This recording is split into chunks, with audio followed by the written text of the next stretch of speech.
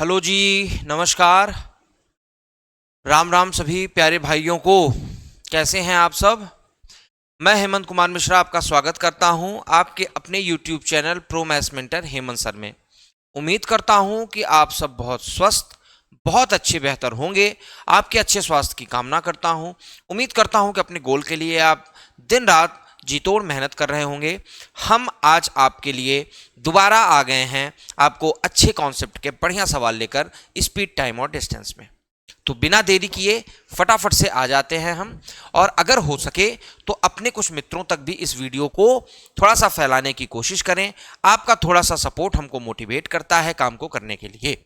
अगर आपको समझ में आ रहा हो यह वीडियो कि आपके काम का है तो निश्चित रूप से अपने मित्रों तक भी इसका फायदा पहुंचाएं। चलिए आ जाइए। एक व्यक्ति द्वारा 2 दिनों में तय की गई दूरी का अनुपात 4:5। ये क्या आ गया? यहां से हमें चालू करना है। ए से बी, बी से सी तक की दूरी का अनुपात 3:5 है। एक व्यक्ति ए से बी तक x किलोमीटर प्रति घंटे की गति से और बी से सी तक 50 किलोमीटर प्रति घंटे की गति से यात्रा करता है। यदि पूरी यात्रा की औसत गति 40 किलोमीटर प्रति घंटा हो तो x-10 अनुपाते x+1 का मान बताएं। चलिए आ जाइए। एक बार एक वीडियो को आप 1 मिनट के लिए पॉज करिए और देख लीजिए क्या आपको ये बात समझ में आ रही है मेरे भाई। ये क्या कह रहा है, ये आपको समझ में आ रहा है? अगर आ रहा है तो फटाफट से एक एक सेगमेंट वाइज आइए हम बात कर लेते हैं।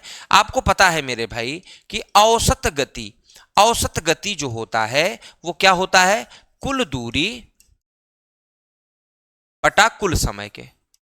कुल दूरी बटा कुल समय के। औसत गति क्या होता है? कुल दूरी बटा कुल समय। तो औसत गति मेरी है कितनी मेरे भाई? 40 है। और ध्यान दीजिए कि इनके दूरियों में अनुपात 3 और 5 का है। अगर एक्चुअल दूरी मैं उसको मानूं तो मुझे कोई वेरिएबल जोड़ना पड़ेगा। तो मैंने मान लो कि उसके साथ वेरिएबल जोड़ दिया तो ये दूरी हो गई 3x, ये दूरी हो गई 5x। तो कुल दूरी कितनी हो गई मेरे लाल? 8x हो गई। अब आ जाइए हम समय की बात कर लेते हैं। समय बराबर क्या होता है? समय बराबर होता है दूरी बटे चाल। समय बराबर क्या होता है? दूरी बटे चाल। तो हमें x नहीं मानना चाहिए क्योंकि x इसकी गति है। हम इसको k मान लेते हैं। हम इसको मान लेते हैं k। तो कुल समय कैसे निकलेगा बताइए? कुल समय मतलब दोनों के द्वारा लगाया गया कुल समय। तो कुल समय कैसे निकलेगा बताइए?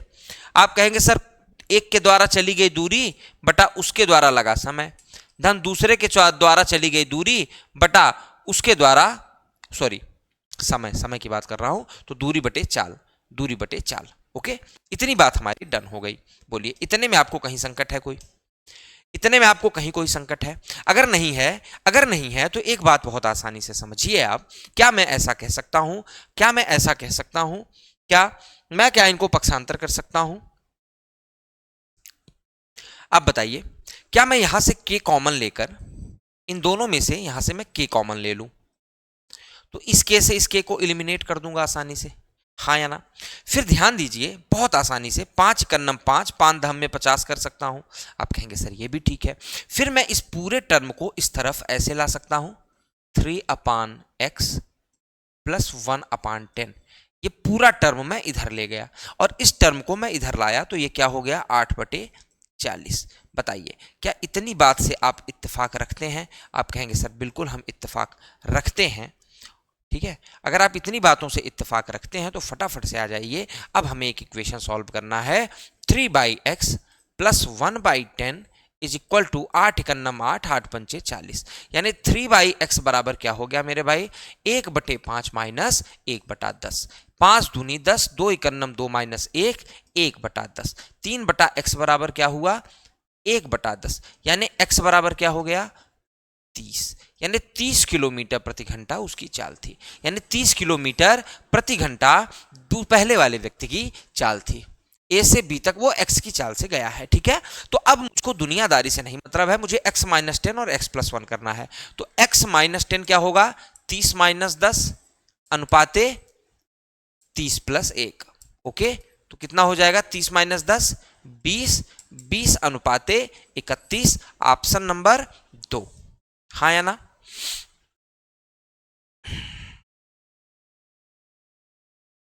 ऑप्शन नंबर 2 को आप हाँ या ना किस श्रेणी में रखेंगे?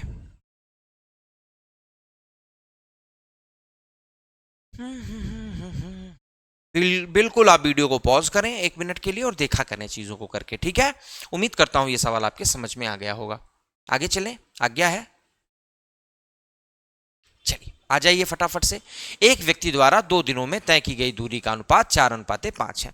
जब वह 70 दिन में 70 दूसरे दिन जब वह दूसरे दिन में 70 किलोमीटर की यात्रा करता है, और यह अनुपात कब था? जब वह दूसरे दिन 70 किलोमीटर की यात्रा करता है। देखो, वह 3 दिन यात्रा करता है, 1 दिन, 2 दिन, 3 दिन। तीसरे दिन कितना चला है? 42। दूसरे दिन कितना चला है? 70। पहले दिन क्या चला है? पता नहीं, मगर यह पता है कि पहले दिन की दूरी और दूसरे दिन की दूरी में 4:5 का अनुपात है। यानी 70 को मेरे भाई कौन रिप्रेजेंट कर रहा है? 5 रिप्रेजेंट कर रहा है। यानी 1 किसको रिप्रेजेंट कर रहा है? 14 को रिप्रेजेंट कर रहा है। हाँ या ना? अगर 5 70 को रिप्रेजेंट कर रहा है, इसका मतलब 1 किसको रिप्रेजेंट कर रहा है? 14 को रिप्रेजेंट कर रहा है। और अगर 1 14 को रिप्रेजेंट कर रहा है तो 4 किसको रिप्रेजेंट करेगा? 56 को रिप्रेजेंट करेगा। यानी ये पहले दिन कितनी दूरी चला है? 56 चला है। तीसरे दिन कितना चला है? 42 चला है। तो तीसरे दिन का पहले दिन से अनुपात बताना है।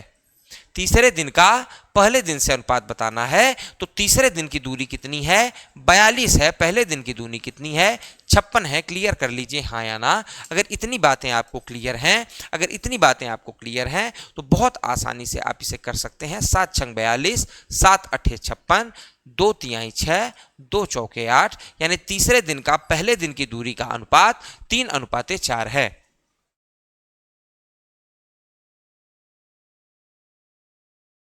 अनुपात पूछना चाहिए, ठीक है? अनुपात पूछना चाहिए या तो दोनों का योग पूछना चाहिए। और ऑप्शन थोड़ा सा मिसमैच सा दिख रहा है, किसी भी स्तर से आंसर नहीं आ सकते, तो इनको छोड़ो। हमने अनुपात की बात करी थी, अनुपात निकाल दिया, ठीक है? क्योंकि मुख्य सवाल अनुपात का है। बस इतने ही लाइन का था सवाल। डन। आगे बातें समझ में मेरे भाई? आपको बातें समझ में आ गई मेरे भाई? आप कहेंगे सर बिल्कुल, ये बातें तो हमारे समझ में पहले से थी, आपने थोड़ा सा जगाने का काम कर दिया है, बाकी की चीजें हमारे समझ में थी सर।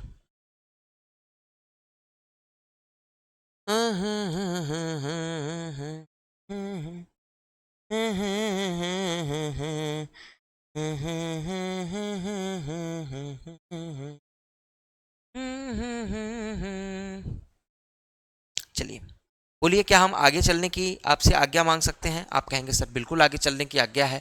तो आ जाइए मेरे भाई। वाराणसी से आगरा के लिए सुबह 11 बजे और 11:30 बजे 2 ट्रेनें 110 किलोमीटर और 140 किलोमीटर की गति से चलती हैं। 2 trains started from Varanasi to Agra at 10 km per hour and 140 km per hour from 11 and 11:30. How far they will meet each other? ये वाले प्रश्न का उसने यहाँ पर हिंदी नहीं लिखा है, तो हमको क्या बताना है? वो दोनों ट्रेनें एक दूसरे को कहाँ पर मिलेंगी। बेटे बहुत आसानी से इस सवाल को इस तरीके से समझा करो कि एक वाराणसी नाम का स्टेशन है, एक आगरा नाम का स्टेशन है, 2 ट्रेनें यहाँ की ओर जा रही हैं। 2 ट्रेनें जा रही हैं। एक ट्रेन जा रही है जो 110 की स्पीड से जा रही है, दूसरी ट्रेन जा रही है जो 140 की स्पीड से जा रही है। और खास बात क्या है कि दोनों बनारस से आगरा की तरफ जा रही हैं। अब मैं आपको एक बात समझा दूं, जब 2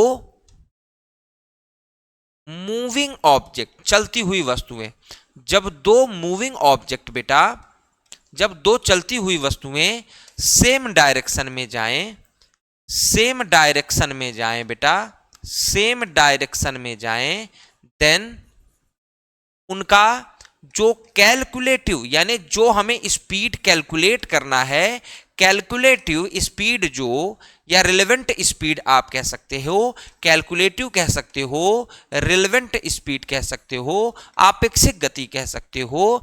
रिलेवेंट स्पीड क्या होगा? दोनों स्पीड का सेम डायरेक्शन में, सेम डायरेक्शन में अगर जा रही हैं तो दोनों स्पीड का डिफरेंस होगा। क्या होगा? दोनों स्पीड का डिफरेंस होगा।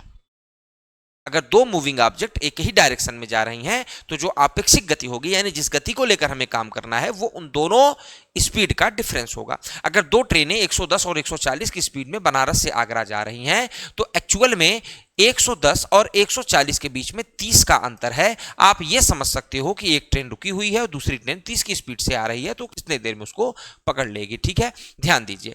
एक ट्रेन चलती है 11 बजे, कौन? जिसकी स्पीड 110 है, और दूसरी ट्रेन चलती है 140 की स्पीड से। कब चलती है? 1.5 घंटे। आपको पूरा प्रश्न बार बार पढ़ने पर यह बात समझ में आ जाएगी, कि पहली ट्रेन दूसरी ट्रेन से आधे घंटे पहले चली थी। तो पहली ट्रेन की स्पीड क्या है मेरे भाई? पहली ट्रेन की स्पीड क्या है? स्पीड क्या है? आप कहेंगे 110। और आधे घंटे तक चलेगी तो कितना चलेगी? 55 किलोमीटर। यानी जब दूसरा ट्रेन चलना प्रारंभ करेगा तब तक पहली ट्रेन स्टेशन से, बनारस से 55 किलोमीटर आगे रहेगी। यानी हमने क्या देखा कि अगर दोनों सेम डायरेक्शन में जा रहे हैं तो आपेक्षिक जो गति लेना है वो दोनों का अंतर लेना है। यानी इस गति से दूसरी ट्रेन जब इतना डिस्टेंस कवर कर लेगी, इस गति से इतना डिस्टेंस कर लेगी तो उसको पकड़ लेगी ना। तो डिस्टेंस ये और स्पीड ये, distance upon speed is equal to time. कितने टाइम में पकड़ लेगी? 55/30 समय में पकड़ लेगी। 5 11 55, 5 6 30, 11/6 घंटा, 11/6 घंटे में पकड़ लेगी। ठीक है, बिल्कुल आसानी से आप चीजें देखिए। 11/6 घंटे में आपको ट्रेन क्या करेगी? पकड़ लेगी। बताइए, क्या आप मेरी ये बात समझ पा रहे हैं? क्या आप मेरी यह बात समझ पा रहे हैं मेरे भाई?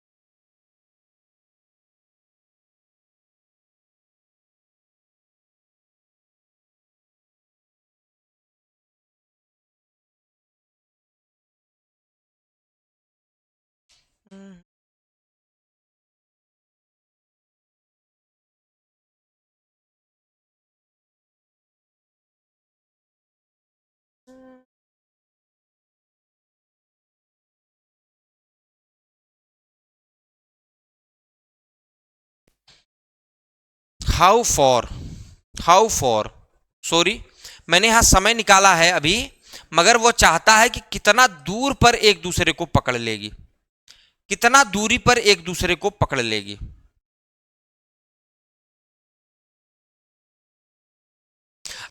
क्लियर है ना भैया? इतना समय तक ये जो दूसरी वाली गाड़ी है जिसका स्पीड 140 है, अगर वो इतना समय तक चलेगी, स्पीड गुणे टाइम, तो कितना डिस्टेंस कवर करेगी, यही आपको बताना है। तो देखो, 2 तिहाई 6, 2 सते 14, 11 सते 77, 11 सते 77, 730/3। देखो 3 सभी में है। अब किसमें 700 बन रहा है? देखिए, चेक करिए। 25 तिया 75 ज्यादा हो जाएगा, 25 तिया 75 ज्यादा हो जाएगा, 24 तिया 72 ज्यादा हो जाएगा। ऑप्शन क्या है? 238 सही 2/3। चेक कर लीजिए, 238 सही 2/3 किलोमीटर, 238 सही 2/3 किलोमीटर बाद पकड़ लेगी। That's all. यहां टाइम निकाला था, टाइम पूछता है कभी कभी, टाइम निकाला था तो टाइम था। और जब हमें टाइम पता चल गया कितनी देर बाद पकड़ लेगी, तो कितनी देर बाद इसके चलने के, दूसरे वाले ट्रेन के चलने के इतनी देर बाद। तो दूसरी वाली ट्रेन की स्पीड क्या है? 140। तो स्पीड गुणे टाइम करेंगे तो डिस्टेंस मिल जाएगा। क्या मिला? 770/3। ठीक है, ठीक है बेटा, समझ गए होंगे आप। ठीक है, सॉरी सॉरी सॉरी, 770 है ना, तो अरे मैंने इसको ले लिया यार, मैंने 700 मेरे दिमाग में था, कोई बात नहीं है, हम इसको ठीक कर लेंगे, छोटी मोटी गलतियां होती हैं। 770/3, 770/3 आराम से देख लीजिए, देखिए 3 दूना 6, एक बचा, कितना हुआ 15, 3 पंचे 15, कितना बचा 2, 3 छंग 18, 256 एक ही ऑप्शन में है, ये ऑप्शन सही होगा। ठीक है, मेरे दिमाग में यहां 700 बैठ गया था, sorry for this silly mistake. आगे चले, चलिए, दरअसल मेरे दिमाग में था कि टाइम है, फिर देखा चूंकि यहां लिखा नहीं है कुछ और यहीं दिमाग जाता है, यहां लिखा है हाउ फॉर, कितने दूर पर मिलेंगे, तो इतने दूर पर मिलेंगे, इसकी वैल्यू क्या है 256 सही 2/3 है। ठीक है, चलिए आगे चलिए। एक पुलिसकर्मी ने एक चोर को देखा, अब ये रिलेटिव स्पीड है मेरे लाल, ठीक है, रिलेटिव स्पीड में हम चल रहे हैं, जिसमें आपको ये ध्यान रखना है कि अगर दो मूविंग ऑब्जेक्ट सेम डायरेक्शन में जा रहे हैं, अगर दो मूविंग ऑब्जेक्ट सेम डायरेक्शन में जा रहे हैं, तो इनका जो रिलेटिव स्पीड होगा, जो इनका रिलेटिव स्पीड होगा, वो क्या होगा, इन दोनों का डिफरेंस होगा। क्या होगा, इनका डिफरेंस होगा। ठीक है, और अगर अपोजिट डायरेक्शन में जा रहे हैं, दो दो ऑब्जेक्ट हैं और वो क्या कर रहे हैं, एक इधर जा रहा है एक इधर जा रहा है, अपोजिट डायरेक्शन में जा रहे हैं, तब इनका जो रिलेटिव स्पीड होगा वो क्या होगा, इन दोनों का सम होगा, यानी s1 प्लस s2 होगा। That's all. बोलो हाँ या ना, बोलिए क्या कह रहे हैं आप, कुछ कहना है आपको? Do you wanna say something? Do you wanna say something? चलो, अगर ये बात समझ में आती है सवाल कर ले आ जाए। एक पुलिसकर्मी एक चोर की ओर दौड़ना शुरू कर देता है, जो कि उससे 100 मीटर की दूरी पर खड़ा है। ठीक है, पुलिसमैन की गति 1 किलोमीटर प्रति 8 मिनट है और चोर 1 किलोमीटर प्रति 10 मिनट की गति से दौड़ता है। पकड़े जाने से पहले चोर द्वारा तय की गई दूरी क्या होगी? ठीक है, देखो यहां पर पुलिस खड़ा है, यहां पर चोर है, इनके बीच की दूरी क्या है बेटा 100 मीटर। इनकी चाल क्या है, इनकी चाल क्या है 1 किलोमीटर प्रति 8 मिनट। अगर आप ध्यान समझें तो 1 किलोमीटर प्रति प्रति 8 मिनट का मतलब 2/15 घंटा। 1 किलोमीटर प्रति 8 मिनट का मतलब क्या हुआ 2/15 घंटा। इसका मतलब क्या हो गया 15/2 किलोमीटर प्रति घंटा। ये किसकी स्पीड है, पुलिस की स्पीड है। चोर, चोर की स्पीड देखो, वह 1 किलोमीटर प्रति 10 मिनट मतलब इतना घंटा में चलता है। इसका मतलब इसकी स्पीड है 6 किलोमीटर प्रति घंटा। इसकी स्पीड कितनी है 6 किलोमीटर प्रति घंटा। अब ये 6 किलोमीटर से इधर जाएगा और ये 7.5 किलोमीटर की गति से इसका पीछा करेगा। तो हमने क्या कहा कि जब दो मूविंग ऑब्जेक्ट सेम डायरेक्शन में जाएं तो जो रिलेटिव स्पीड होगी वो क्या होगी, दोनों का डिफरेंस होगी, यानी मात्र 1.5 किलोमीटर प्रति घंटा के स्पीड से ही दौड़ा जा रहा है, ये समझना है आपको। और देखो अगर दोनों इक्वल स्पीड से चलते, एक जगह से चलते तो साथ साथ होते। ये धीरे दौड़ रहा है, ये तेज दौड़ रहा है, तो इसको पकड़ ही लेगा। मगर ध्यान दीजिए ये इससे 100 मीटर पीछे है, बस यही जितना पीछे है उतनी दूरी वो इस रिलेटिव स्पीड से, जितना ये पीछे था उतनी दूरी ये रिलेटिव स्पीड से कितने समय में पार करेगा, उतने समय में इसको पकड़ लेगा। ये क्या है बेटा, चाल है। ये क्या है बेटा, दूरी है। ये दूरी किस में है, मीटर में है। अगर 100 मीटर को किलोमीटर में बदलना चाहें, 100 मीटर को किलोमीटर में बदलना चाहें तो 1/10 किलोमीटर होगा।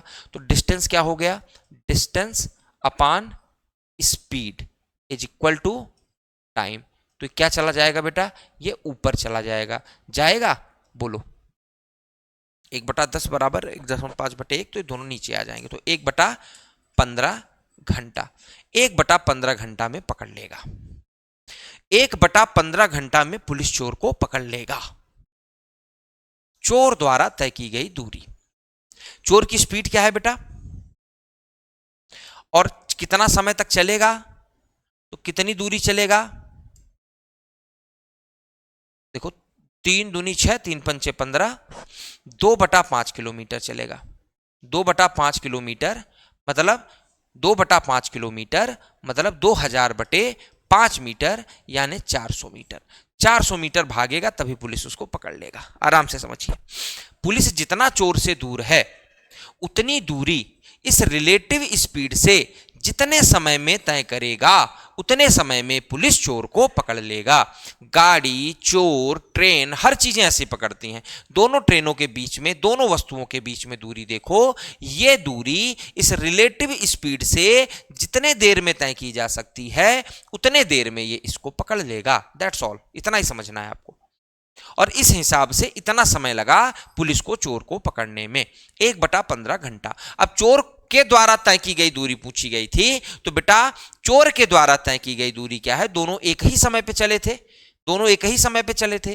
तो चोर 6 की स्पीड से इस समय तक चला तो 400 मीटर की दूरी चोर चल पाया था, तभी पुलिस ने उसको पकड़ लिया। अगर सवाल ने पूछता कि पुलिस द्वारा चली गई दूरी, तो चोर 400 चला, वो तो पुलिस चला ही, प्लस वो उससे 100 मीटर दूर था, वो भी पुलिस चला, यानी पुलिस कितना चला?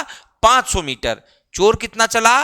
400 मीटर। तो ऑप्शन नंबर 2 सही है। आराम से चीजों को पढ़िए, देखिए, रिवाइज करिए, धीरे धीरे बातें समझ में आ जाएंगी। ठीक है, रिलेटिव स्पीड की बात है, हमने एवरेज पढ़ा था कल, आज रिलेटिव स्पीड की बात कर रहे हैं। बहुत सारे अच्छे कॉन्सेप्ट के सवाल हम आपके साथ आज डिस्कस करने वाले हैं, तो बिल्कुल एकदम इंथुजियास्टिक होकर चीजों को करिए मेरे लाल।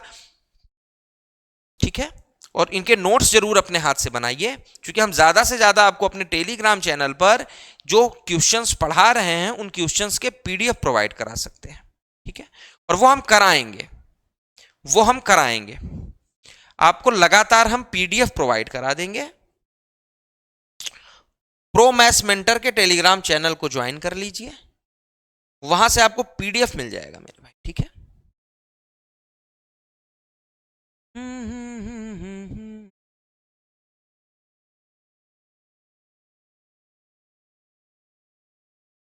ट्रेन का छोड़ दो, किस्सा है।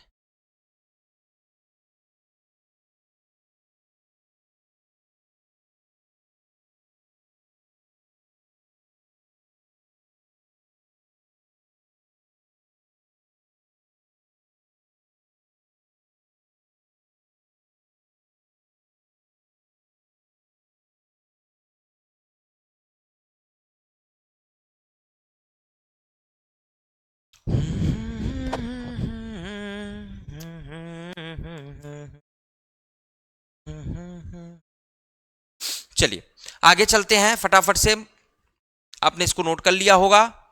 अगला सवाल, वीडियो को क्या कहा कि एक झटके में आप इसको पॉज करके देख लिया करिए, अपने से लगाकर निपटाकर, फिर जो आपकी अप्रोच हो आकर यहां मैच करा करिए।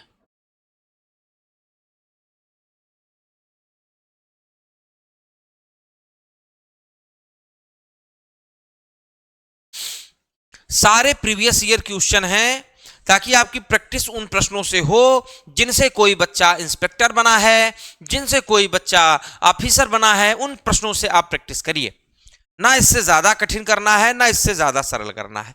बाकी की चीजें हम प्रीवियस ईयर पेपर, वो सारी चीजें समय समय पर आपके साथ डिस्कस करते रहेंगे, लाते रहेंगे, प्रैक्टिस करते रहेंगे। थोड़ा सा हमारा अप्रोच आप बढ़ाइए, हम ये सारी चीजें आपके साथ कर रहे हैं। ठीक है, दो कारें ए और बी से एक दूसरे, two cars started moving toward each other from A and B, which is 60 km apart from each other. They both are moving at 35 km per hour and 25 km per hour respectively when they both meet to each other.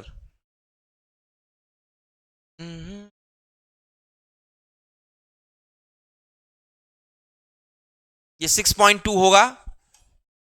और ये सारे हैं क्या? ये सारे क्या हैं मेरे भाई?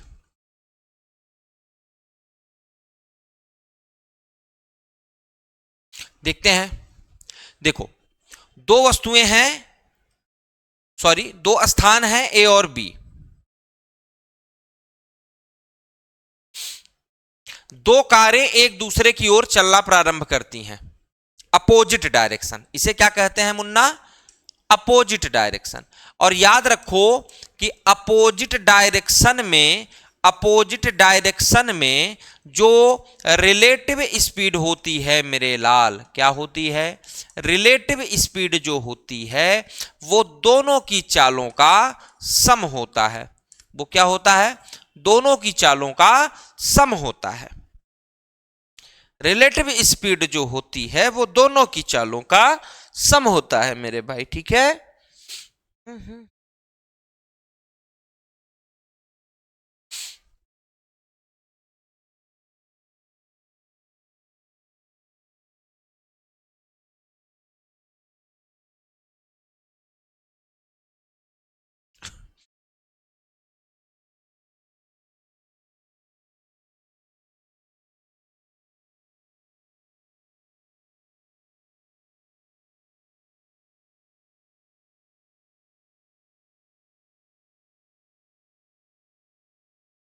जिद है अब तो है।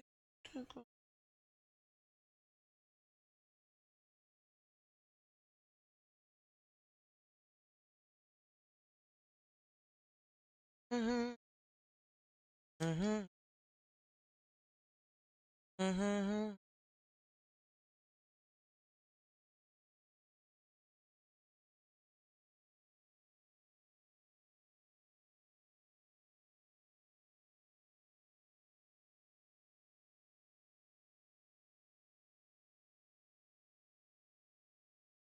चलो फिलहाल फिलहाल हम इसको तो ऐसे लगा देंगे। एक सवाल में थोड़ी सी सुधार करने की जरूरत यहां जान पड़ रही है, क्योंकि इस सवाल की जो मूल वर्डिंग है वो ऐसी है, ये टुवर्ड ईच अदर नहीं है, ये दोनों सेम डायरेक्शन में जाएंगे। ऑप्शन के अकॉर्डिंग चीजें ऐसी हैं, इतने समय में तो कोई एक पूरी दूरी कर लेगा, इसमें कम समय में।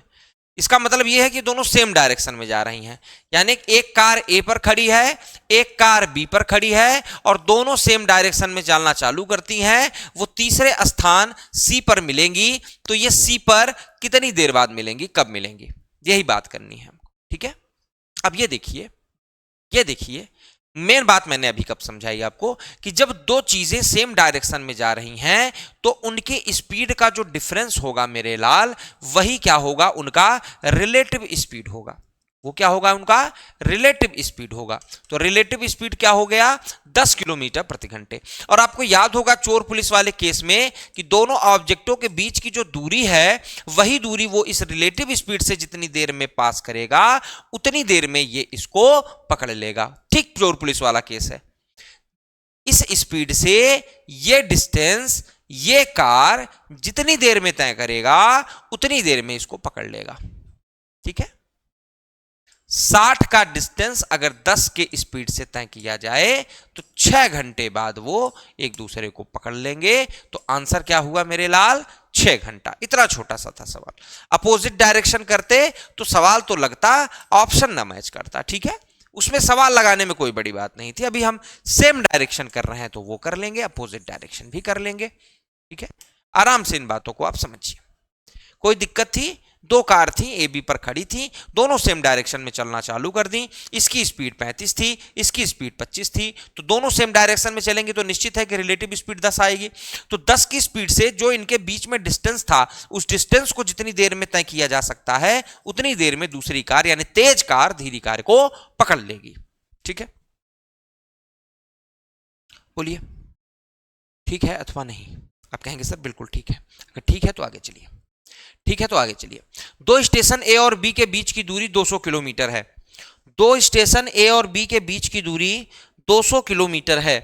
एक ट्रेन ए से बी की ओर 75 किलोमीटर प्रति घंटे की गति से और दूसरी ट्रेन 85 किलोमीटर की गति से बी से ए की ओर बढ़ रही है।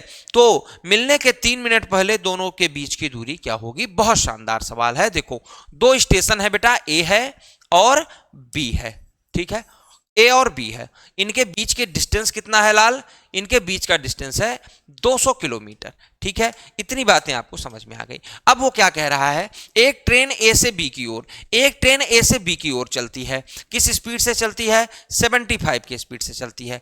एक ट्रेन बी से ए की ओर आ रही है, कितने स्पीड में आ रही है, 85 किलोमीटर की स्पीड से आ रही है, 85 किलोमीटर प्रति घंटे की स्पीड से आ रही है। तो मिलने के ठीक 3 मिनट पहले, मिलने के ठीक 3 मिनट पहले दोनों के बीच की दूरी क्या होगी। अब यह पता है कि अब देखो दोनों अपोजिट डायरेक्शन में आ रहे हैं, तो 8 7 15, 5 5 10, यानी इनका रिलेटिव स्पीड कितना हो गया मेरे लाल? रिलेटिव स्पीड हो गया 160 किलोमीटर प्रति घंटा, 160 किलोमीटर प्रति घंटा। मिलने के ठीक 3 मिनट पहले, कितने मिनट पहले? 3 मिनट। 3 मिनट का मतलब क्या हुआ? 3/60, सॉरी 3/60 घंटा, यानी 1/20 घंटा, 1/20 घंटा। आराम से ध्यान दीजिए, ये क्या है? ये क्या है?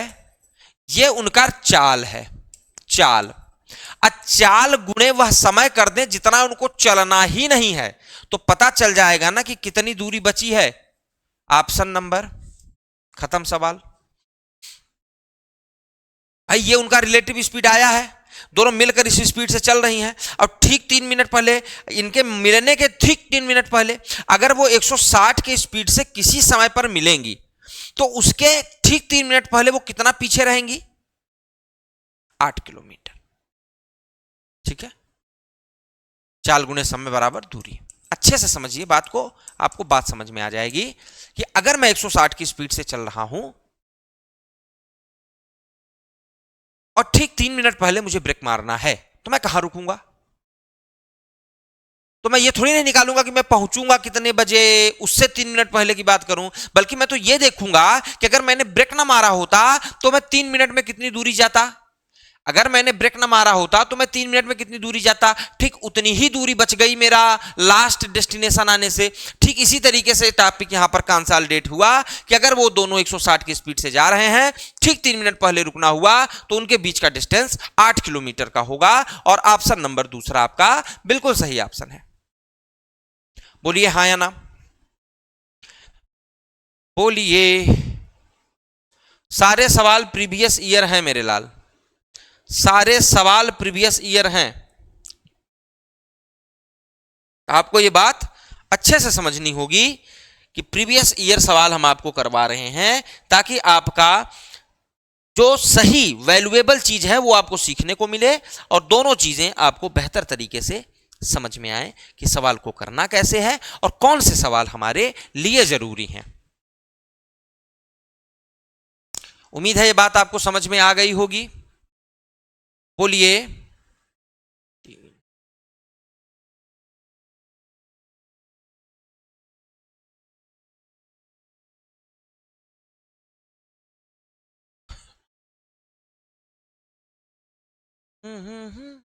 आ जाइए। अमन 300 किलोमीटर की यात्रा आंशिक रूप से ट्रेन से और आंशिक रूप से कार द्वारा करता है। यदि वह ट्रेन से 60 किलोमीटर की यात्रा करता है और कार से यात्रा करता है तो उसे 10 मिनट अधिक लगेंगे। और अगर वह ट्रेन से 100 किलोमीटर की यात्रा करता है और कार से यात्रा करता है तो ट्रेन की गति क्या है? भाई वो कहना चाहता है अमन travel 300 kilometre partly by train and partly by car, that journey take him 4 hours if he travels 60 kilometer by train and remaining by car. The same journey will take 10 minutes more if he travel 100 kilometer by train and the remaining by car. Accordingly, what is the speed of the train? ध्यान से पढ़ लीजिए सवाल को।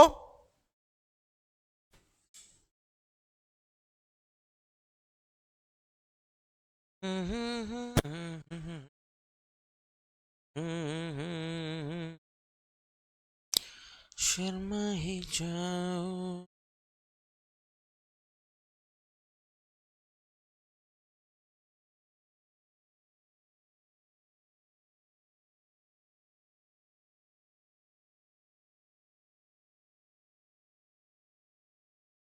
चित्त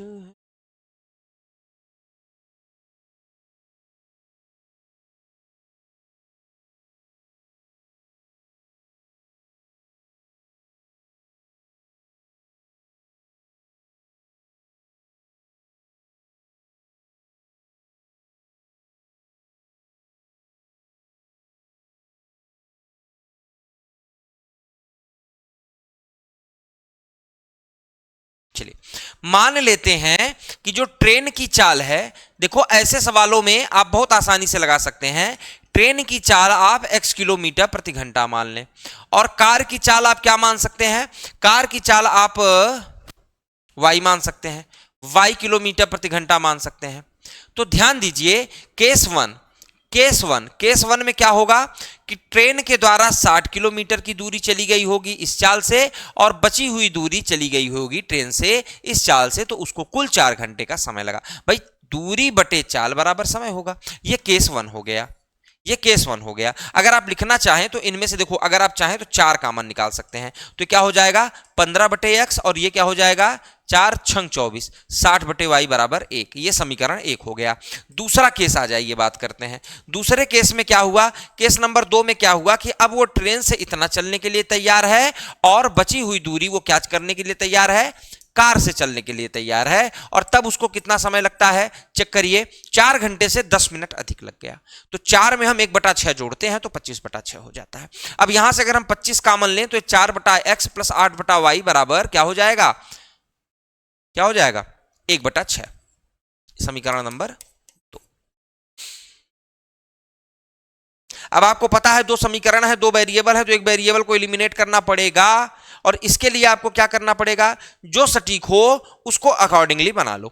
अब देखो 15 4 को एक जैसा बना लो, यानी x वाले टर्म को एक जैसा कर लो, या y वाले टर्म को। अब हमें किसे करना चाहिए? सवाल में देखो ट्रेन की गति पूछा है, तो x को गायब करोगे तो काम बढ़ेगा, y को गायब करो। y को कैसे गायब करेंगे बेटा? यहां क्या है 60, यहां क्या है 8, दोनों का लघुत्तम बताओ।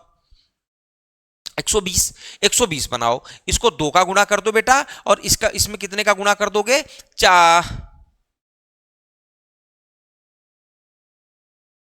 15 का ना जी। हाँ, तो 15 का गुणा सब में करो, और इसमें 2 का गुणा सब में करो।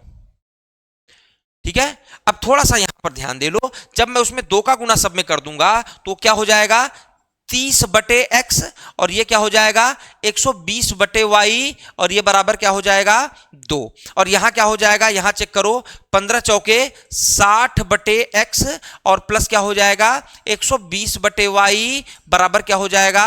15/6। अगर मैं इस समीकरण में से उस समीकरण को घटा दूं, अगर मैं इस समीकरण में से उस समीकरण को घटा दूं, क्या आपको इसी तरीके से घटाना बताया गया है? आप कहेंगे बिल्कुल सर। तो ये टर्म हमारा एलिमिनेट हो जाएगा, आप कहेंगे बिल्कुल सर। और 60 में से 30 जाएगा मेरे लाल, तो क्या आ जाएगा? 30 आ जाएगा। तो 30/x बचा। क्या बचा? 30/x बचा। आ जाइए फटाफट से, 15/6 में से 2 घटा दीजिए, 15/6 में से 2 घटा दीजिए, क्या आ जाएगा? चेक करिए, 15/6 माइनस 2, 6 दूनी 12, 3/6 यानी 1/2, यानी x की वैल्यू क्या आ गई? 60 किलोमीटर प्रति घंटा। बोलिए हाँ या ना, बोलिए हाँ या ना। क्या कुछ चंद चरणों में सवाल लग गया? जो वो कह रहा है वही कर दीजिए, सवाल लग जाएगा। जो कह रहा है कर दीजिए, सवाल लग जाएगा। और बहुत ज्यादा इस सवाल में कैलकुलेशन भी नहीं है, उलझना भी नहीं है, आप ट्रेडिशनली भी इसको कर सकते हैं।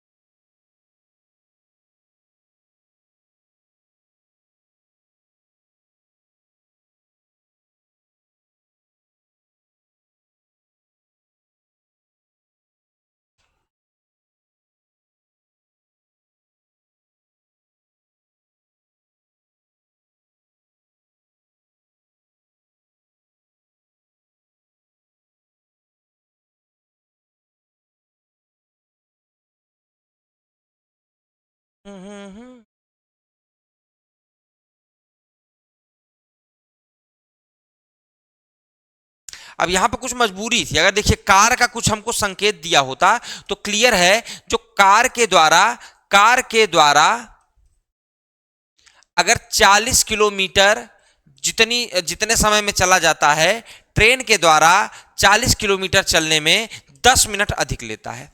तब यहां पर हम थोड़ा सा और बढ़िया इसका ट्रिक बनाकर इसको खत्म कर देते। इसमें ज्यादा दिमाग लगाने की जरूरत नहीं है, आराम से बात ये हो जाएगी। ठीक है, ये सवाल ऐसे भी बहुत आसानी से लग सकता है। ओके। भाई देखो 60 चला 100 चला, तो जो 40 का डिफरेंस, 40 ज्यादा ट्रेन को चलने के लिए दिया गया, तो पूरे समय में 10 मिनट का लोचा हो गया। यानी कार जितने देर में 40 चलती है,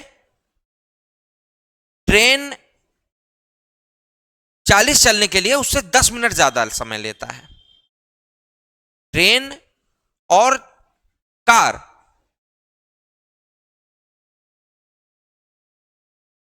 एक निश्चित दूरी चलने के लिए क्रमशः t और t+10 समय लेती हैं, तो इनका चाल t+10 और t होगा, ऐसा होगा।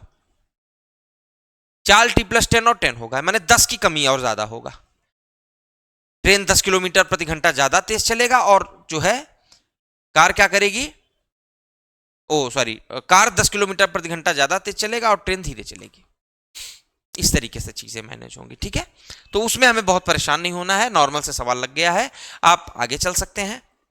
आप बहुत बिना किसी संकोच के आगे एक बंदर एक वृत्ताकार खंबे पर चढ़ने की कोशिश करता है जो 21 मीटर ऊंचा है। एक मिनट में 6 मीटर चलता है, अगले 1 मिनट में वह 3 मीटर फिसल जाता है। बंदर को खंबे के शीर्ष तक पहुंचने में कितना समय लगेगा? आराम से बताइए, कोई जल्दीबाजी नहीं है, बहुत आराम से आप इस चीज को बता सकते हो।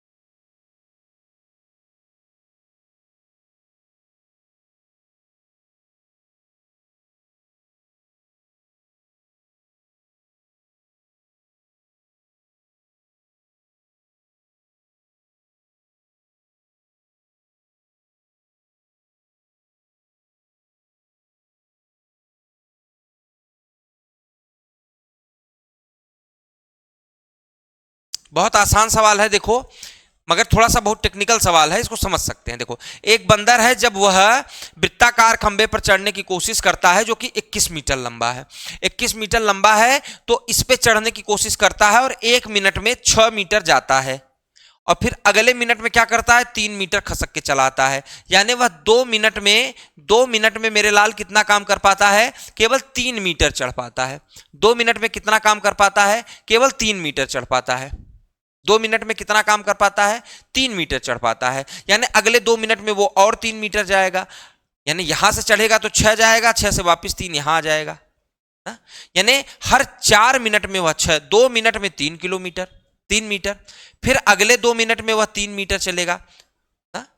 इस तरीके से आप चेक करिए कि ये 3, 3, 6, 3, 9, 3, 12, 3, 15, 3, 18।